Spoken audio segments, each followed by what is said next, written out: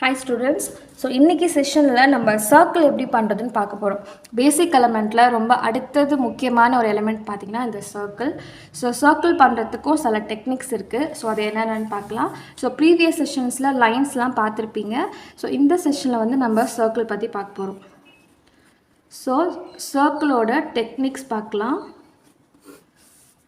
So ஜென்ரலாக வந்து சர்க்கிள்ஸ்க்கு ஒரு எலமெண்ட்டுக்குமே வந்து கோன் ஹேண்ட்லிங் அண்ட் ப்ரெஷர் கண்ட்ரோல்னு ஒரு விஷயம் நம்ம ஃபோக்கஸ் பண்ணணும்னு சொன்னோம் இல்லையா.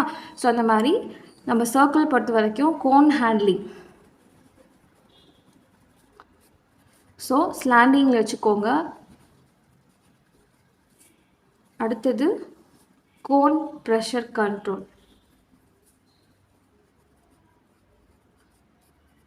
So mild imaginary pressure. Okay, ஏன் இந்த மைல்டு இமேஜினரி ப்ரெஷர் அப்படின்னா என்னென்னு பார்த்தீங்கன்னா, ஒரு விஷயம் வந்து எனக்கு கரெக்டாக வரும்னு தெரியல, பட் நான் இருந்தாலும் ட்ரை பண்ணுறேன். அது சரியாக வந்துச்சுன்னா நான் எகெயின் வந்து ரீஒர்க் பண்ணிக்குவேன். இந்த மாதிரி உங்கள் மைண்டில் இருக்குது அப்படின்னா கண்டிப்பாக மைல்டு இமேஜினரி ப்ரெஷர் தான் யூஸ் பண்ணணும். ஏன் அப்படின்னா ஃபார் எக்ஸாம்பிளுக்கு ஒரு 3D ஃப்ளவர்ஸ் போடுறதா இருந்தாலும் சரி, இல்லைனா ஜென்ரலாக ஒரு பெட்டல்ஸ் வச்சுக்கோங்க. ஒரு பெட்டல் மாதிரியே பக்கத்தில் உள்ள பெட்டல் கரெக்டாக வருமானு தெரியாது. ஸோ இந்த மாதிரியான சுச்சுவேஷன்லாம் நீங்கள் யூஸ் பண்ணக்கூடிய ப்ரெஷர் வந்து மைல்டு இமேஜினரி ப்ரெஷர், அதாவது ட்ரேசிங்னு சொல்லுவோம். ஓகே ஓகே நிறைய ஆர்டிஸ்ட் பண்ணக்கூடிய மிஸ்டேக் என்னென்னு பார்த்தீங்கன்னா, சர்க்கிள் தானே அது ரொம்ப சாதாரண விஷயம்னு சொல்லிட்டு எடுத்ததுமே என்ன பண்ணுவாங்கன்னு பார்த்தீங்கன்னா, ஸோ இந்த மாதிரி சர்க்கிள் போடுவீங்க கரெக்டாக. ஓகே ஓகே இந்த மாதிரி பண்ணுறதை விட ஸோ நம்ம ப்ரெஷர் வந்து யூஸ் பண்ணலாம். இப்போ நம்ம ப்ரொஃபஷ்னலாக பண்ணணும்னு நினச்சிங்கன்னா, ஸோ வித் டச் பண்ணியிருக்கேன் ஸ்கின்னோட.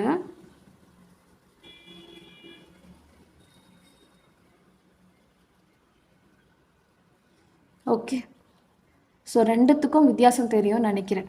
ஓகேவா? ஸோ இந்த மாதிரி கரெக்டாக வந்த பிறகு நீங்கள் இதோடையே விட்டுறலாம், இல்லைனா இதுக்கு மேலே கூட நீங்கள் திக் பண்ணிக்கலாம். ஸோ இது வந்து 2 ஒர்க்காக இருக்கே, ரொம்ப நேரம் டைம் எடுக்கும் அப்படின்னு ஒரு டவுட் உங்களுக்கு வரும். ஸோ நாங்கள் பிகினராக இருக்கிறதுனால நான் ரொம்ப மைனூட்டாக உங்களுக்கு பண்ணி காமிச்சிருக்கேன். இதுவே போக போக உங்களுக்கு, ஸோ இப்போ இதில் பார்த்தீங்கன்னா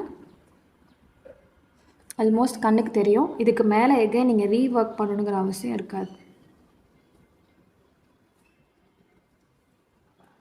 ஓகே கிளியர்? ஸோ இந்த ஃபில்லிங்ஸ்லாம் பண்ணுவீங்க இல்லையா, ஃபில்லிங்ஸ் பண்ணுறதுக்கெலாம் சர்க்கிள் வந்து பர்ஃபெக்டாக பண்ணியிருக்கணும்னு ஆல்ரெடி சொல்லியிருப்பேன். ஸோ இது எல்லாத்துக்கும் இந்த டெக்னிக் ஃபாலோ பண்ணிங்கன்னா ஈஸியாக உங்களால் சர்க்கிள் வந்து பண்ண முடியும். ஸோ எடுத்ததுமே வந்து நீங்கள் இந்த மாதிரி டிசைன் பண்ணுறதுக்கு பதிலாக இந்த மாதிரி பண்ணிங்க அப்படின்னா, ஸோ இதுக்கு மேலே நீங்கள் என்ன ஒர்க் பண்ணாலும் அது நீட்டாக வந்து க்ரியேட் பண்ண முடியும். Okay, so thin and thick காம்பினேஷன்லாம் சொல்லியிருப்பேன். ஸோ சர்க்கிள் வந்து திக்காக பண்ணணும், ஹம்ப்பு வந்து லைட்டாக பண்ணணும், இந்த மாதிரியான விஷயங்கள்லாம் சொல்லியிருப்பேன். அதுக்கும் முன்னாடி ஒரு விஷயம் சொன்ன ஞாபகம் இருக்கான்னு தெரியல. ஸோ லைன்ஸ் கூட ஹம்ப்பு போட போகிறீங்க அப்படின்னா ரெண்டுத்துமே தின்னாக பண்ணுங்கன்னு சொல்லியிருப்பேன். அது ஏங்கிற விஷயத்தையும் நான் சொல்லியிருப்பேன். இப்போ நான் உங்களுக்கு ப்ராக்டிக்கலாக காமிக்கிறேன். இப்போ நான் தின்னாக பண்ணதுனால எனக்கு வந்து 2 லுக்குமே வந்து நல்லா இருக்குது. இதுவே நான் திக்கான லைன், ஆக்சுவலி இது ஒரு ஸ்ட்ரைட்டான லைனை பெண்ட் பண்ணால் தான் அது சர்க்கிளாக வரும் இல்லையா. இப்போது நான் திக்காகவே பண்ணி காமிக்கிறேன். ஸோ இதை திக்காக பண்ணிவிட்டு இந்த திக் லைன் நான் ஹம்ப்பு கொடுக்கலான்னு நினச்சேன் அப்படின்னா, இப்போ உங்களுக்கு தெரியும்னு நினைக்கிறேன். என்ன ஆகுதுன்னு தெரியுதா? ஸோ இந்த மாதிரியான இஷ்யூ நடக்கும். இதை எப்படி அவாய்ட் பண்ணலாங்கிறதுக்காக தான் இந்த இடத்துல மட்டும் ரூல்ஸை நான் பிரேக் பண்ணுங்கன்னு சொல்லியிருப்பேன். ஓகே, இந்த மாதிரி தின்னாக லைன் பண்ணி அதுக்கு மேலே நான் வந்து தின்னாக ஹம்ப் பண்ணுங்க அப்படின்னு சொல்லியிருப்பேன். ஸோ இந்த மாதிரி பண்ணுறதுனால ஹம்பும் நம்மளுக்கு தின்னாக இருக்கும், அட் த சேம் டைம் ஸ்மஜ்ஜிங்கும் ஆகாது. Okay clear? ஸோ அதே கான்செப்ட் தான் இங்கேயும். ஸோ சர்க்கிளில் வந்து தின்னாக இருக்குது, ஹம்பும் தின்னாக பண்ணால் தப்பு கிடையாது. இதுவே சர்க்கிள் நான் திக்காக பண்ணிவிட்டு அதுக்கு மேலே நான் வந்து தின்னாக ஹம்ப்பு கொடுக்குறேன் அப்படின்னா உங்களுக்கு இந்த மாதிரி தான் வரும். அதுக்கு பெட்டர் நீங்கள் இந்த டெக்னிக் வந்து ஃபாலோ பண்ணலாம். ஓகே, ஸ்லாண்டிங் சொல்லியாச்சு. ஸோ என்னோடய டிப்பை வந்து நான் ஸ்லாண்டிங்கில் வச்சுக்கிறேன்.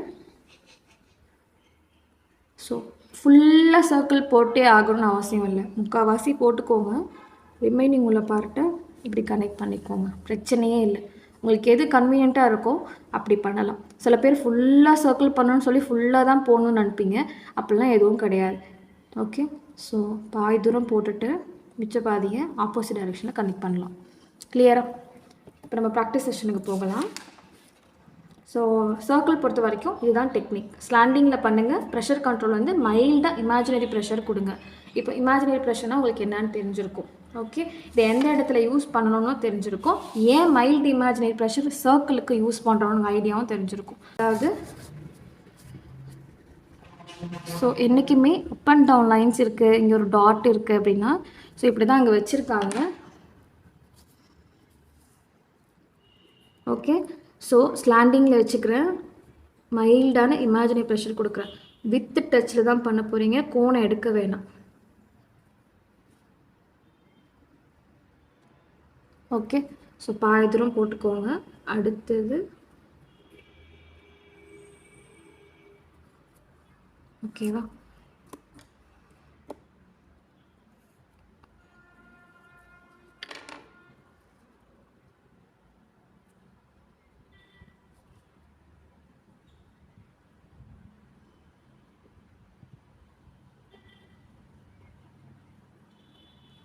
கிளியர்? ஸோ இதே மெத்தடை யூஸ் பண்ணி இங்கேயும் பண்ணிவிடுங்க. ஓகே, ஸோ இதுலேயே வந்து 4 செட்ஸ் கொடுத்துருக்கோம்.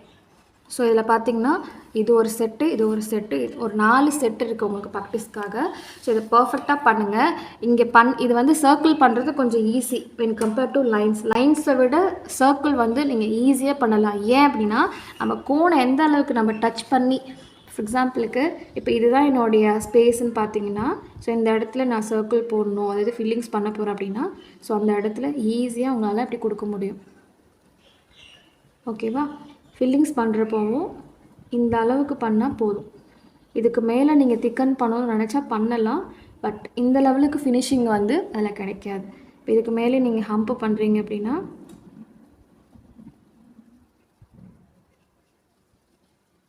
ஸோ இந்த மாதிரி நீங்கள் ஹம்ப் பண்ணிக்கலாம். கிளியர்? ஓகே,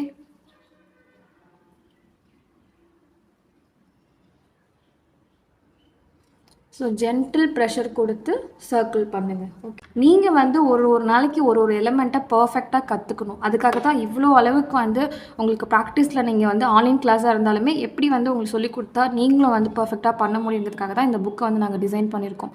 ஸோ இது பர்ஃபெக்டாக யூட்டிலைஸ் பண்ணிக்கோங்க. ஸோ கரெக்டாக சர்க்கிள் பண்ணிவிட்டு கரெக்டாக உங்களுக்கு ஒரு சப்மிஷன் டேட் வந்து கொடுத்துருப்பாங்க. ஸோ அந்த சப்மிஷன் பண்ணக்கூடிய டேட்டில் இந்த பேஜை வந்து நீங்கள் பிக் எடுத்து அனுப்புகிற மாதிரி இருக்கும். அண்ட் உங்களுக்கு ஃபர்தர் டீட்டெயில்ஸ் எல்லாமே குரூப்பில் போஸ்ட் பண்ணுவாங்க. உங்களுக்கு கிளியராக புரிஞ்சிருக்குன்னு நினைக்கிறேன். ஸோ அடுத்த எலிமெண்ட்டோட அடுத்த செஷனில் நான் உங்களை மீட் பண்ணுறேன். Thank you so much. Have a nice day. அஸ்ஸலாமு அலைக்கும்.